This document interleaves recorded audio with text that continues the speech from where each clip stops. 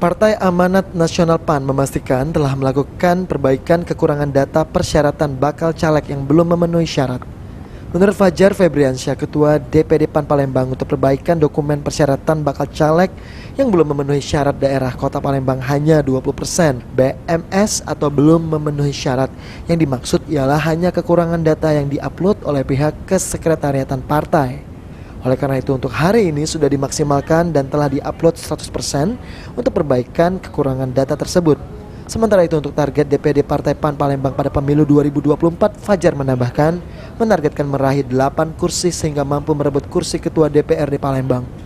Untuk pemilihan wali kota, saat ini DPD Partai Amanat Nasional PAN masih fokus mengejar target meraih kursi dalam memenangkan Pileg 14 Februari 2024 mendatang.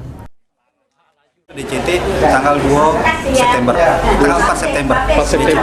Tentunya seluruh partai termasuk PAN hari ini kami sudah mengikut silon itu semua dapil, semua caleg terpenuhi.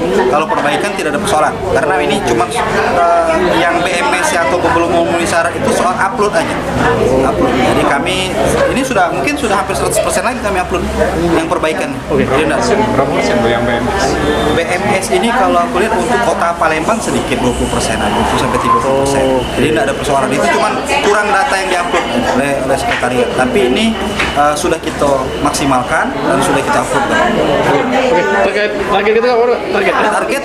Target Palembang Ketua DPR dan nanti kita akan usung calon eksekutif. Eksekutif. Oke. Soal pilwako belum ya, Pak? Aji Delia, PAL TV.